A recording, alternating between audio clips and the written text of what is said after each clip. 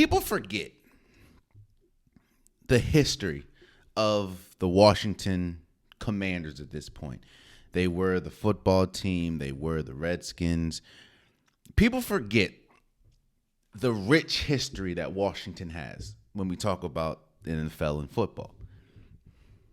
I know that it's hard when you look at the current situation and what we've seen in recent history, but Washington used to be a marquee franchise.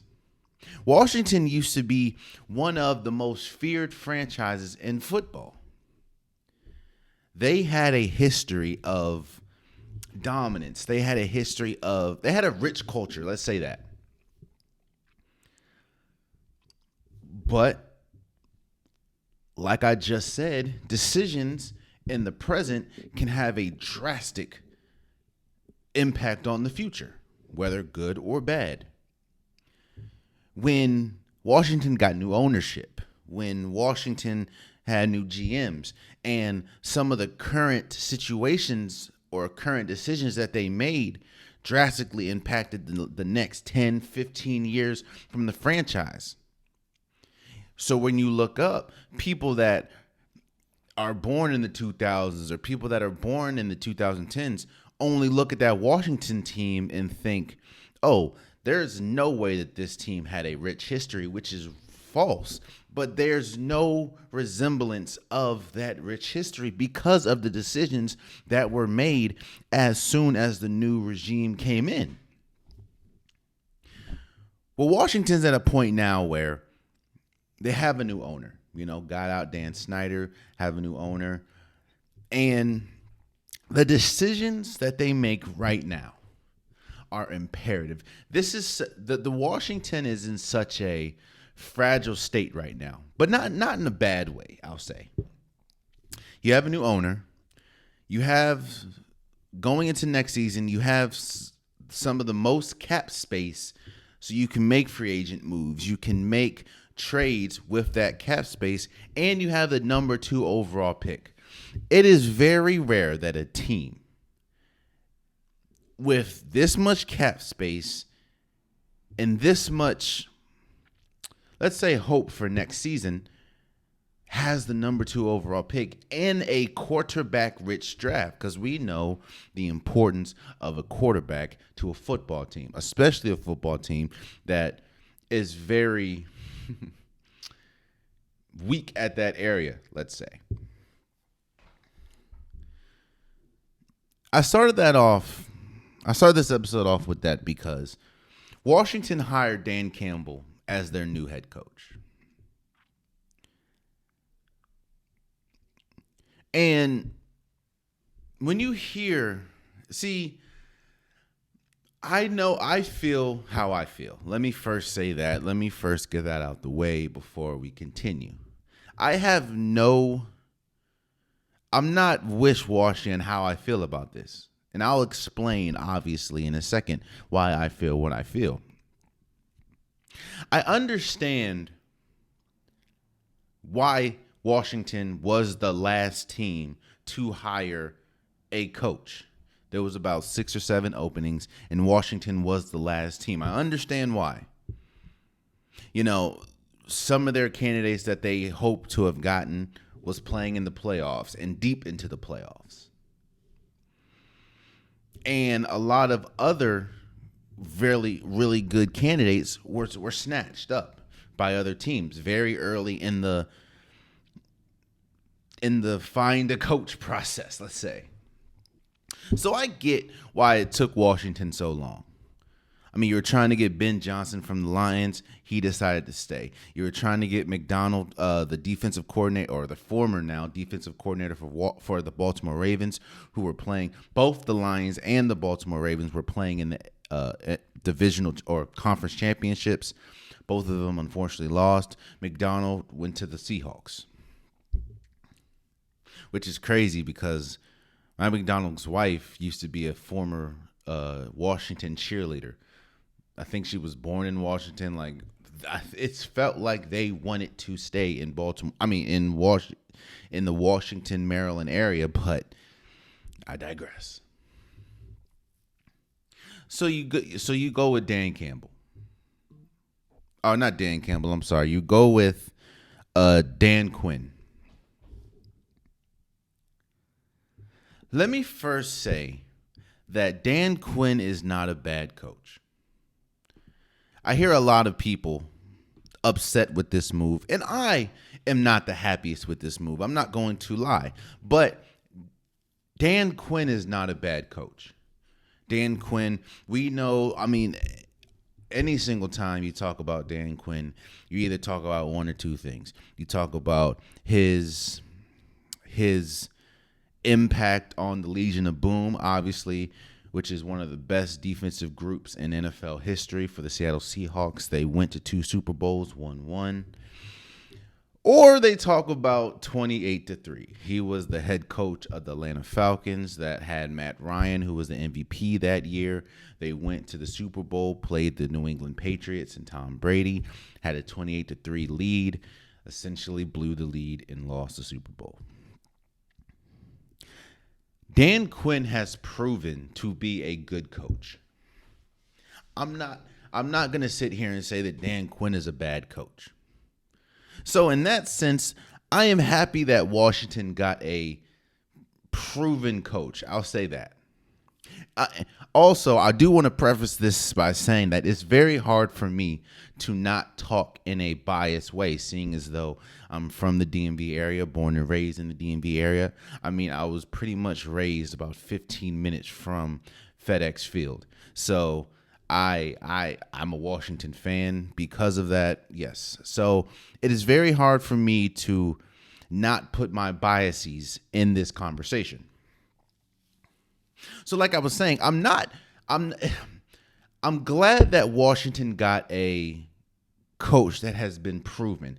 Not only has been proven to be a pretty good coach, but has been proven to, because of Legion of Boom, have a unique approach on, of course, the defense. He was just Dallas's defensive coordinator. Even though the last time we saw Dallas, it wasn't the best of looks, but Dallas's defense is one of the best defenses every year that Dan Quinn was the defensive coordinator. So in that sense, I'm happy. In that sense, let me not say happy. In that sense, I'm okay with the decisions that was made, you know? But in life, it's not that simple. You know, I understand that, like, you have to make decisions. That's just, it has to be that way. And I understand that once a decision is made, you have to live with the consequences. Some consequences are good, some consequences are bad. But the reason why I can't speak for everyone out there, and I can't speak for everyone that's listening, but the reason why I am not the happiest with this decision, I'm happy that we got a competent coach. I'm happy that people, if you've listened to this podcast, you understand my thoughts about Ron Rivera's coaching style. So I do think that, in a sense, sort of, Dan Quinn has the opportunity to be better than Ron Rivera. Ron Rivera, who really didn't do much for the organization, in my opinion. And that's no shade to Ron Rivera, but I'm just calling a spade a spade.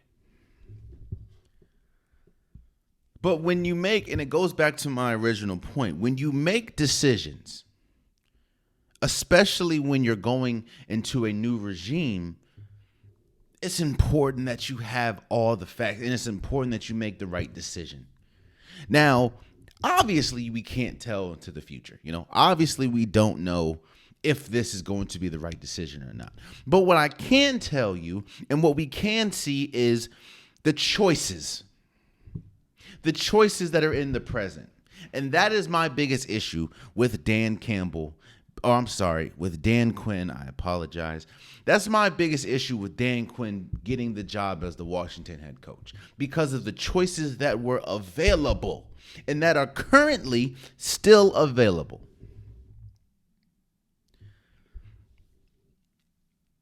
I understand Dan Campbell's, extensive defensive history. And I also understand that Washington has struggled defensively, even with the names that they've had, even with the names that they currently have. I understand that the defense has been a spot of issue for this team. And I understand that you want a person to come in that can be a leader of men, because it seems like that is what Washington has been missing. One of many things has been missing for the past few years under Ron Rivera. And also, Ron Rivera is supposed to be a defensive guy, but the defense has been trending down every single year he was the head coach. I'm not trying to throw Ron Rivera under the bus or anything. I'm just telling you the truth. But when you look at the coaching, I understand that Washington was late in getting a coach. Again, they were the last team to announce a coach that obviously needed a coach this offseason. But the reason why I'm upset with the Dan Quinn hiring is because of who was available and who still is. Look, I understand that if you're a head coach on the free agent market, that means that something didn't happen successfully, at least in the present, at your old job, right? So nobody is going to let go of a coach that they are 100% sold on. That's just not going to happen, or that's damn near malpractice. But when you look at the coaches that are still on the board, Mike Vrabel is still on the board, who has a proven track record when you look at the history of the Tennessee Titans with Mike Vrabel and his extensive history under the Bill Belichick tree. He is still out there. Bill Belichick is still out there. I have been very vocal about how I feel about Bill Belichick and how I feel Bill Belichick got from where he was in New England to where he is now, out of a job. And I have been very vocal on how rigidness is the biggest hindrance to Bill Belichick as a coach. But I would be dumb to sit here and not acknowledge the fact that Bill Belichick is arguably the greatest head coach we have ever seen in the National Football League, who is still available. Pete Carroll is still available. I understand that he's older, obviously, than Dan Quinn, but Pete Carroll has found success every single place he's gone, whether that's USC or the Seahawks. And I understand that Dan Quinn was the defensive coordinator and obviously the Legion of Boom creator, whatever, of the Seahawks that, of course, Pete Carroll was the head coach of, but Pete Carroll is still out there. And Mike Macdonald, man, I don't understand. Like, that seemed like the perfect choice. Again, I'm also looking at the last time we've seen these people, right? The last time we saw Mike Vrabel, the Tennessee Titans just beat the Jacksonville Jaguars, preventing them from making it to the playoffs. And I understand that you can look at the Tennessee Titans, you can look at their record and say that is a direct correlation of Mike Vrabel, but I'm also looking at a lot of the moves and a lot of the decisions that happened with Tennessee was out of Mike Vrabel's hands, whether that was the GM's decision, whether that was free agency, whether that was injury. A lot of the issues that the Tennessee Titans sustained was not Mike Vrabel's fault. In fact, Mike Vrabel, every single year it seems like he was a coach, was considered one of the best coaches in football, even with the record that the Tennessee Titans have. So what I'm saying is this, man. I could be wrong. I don't mind coming in here and saying I'm wrong. I've done it on several occasions. I'm just a man talking about sports. The most I've ever played is college basketball. I played football 1 year, obviously. So I'm just a guy expressing his feelings about sports. And obviously I could be wrong. Hell, I don't know what's going on with these front offices. I don't have connects like that. They could have gone to Mike Vrabel. They could have gone to Pete Carroll. They could have gone to um, Bill Belichick. And they said no. I don't know. But what I do know is Dan Campbell is now the head coach of the Washington Commanders. Oh man, you stayed to the end of the video. I appreciate you. If you like what you saw, be sure to hit that subscribe button so you'll never miss any content from your boy. You can also go back and watch past episodes, past clips, and don't forget that the Unpopular Podcast new episodes drop every Wednesday and Saturday. Appreciate you.